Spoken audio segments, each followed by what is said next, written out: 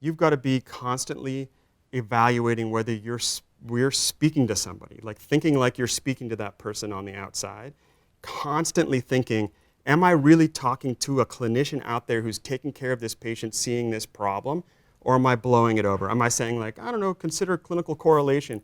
Maybe it's red, maybe it's this papular, maybe it's whatever. It depends, that kind of stuff.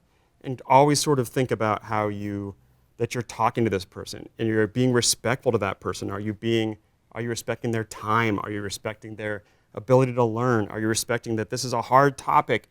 Are you respecting that they're bored? Are you respecting that this is an impossible thing to ingest and memorize?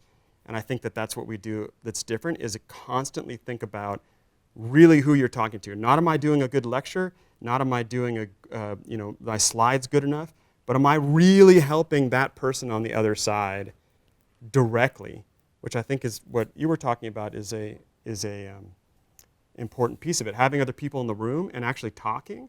So when we're in the peanut gallery and you're talking back and forth, somebody says something that I don't understand, that means somebody else doesn't understand it. So then we go back and forth and ask questions.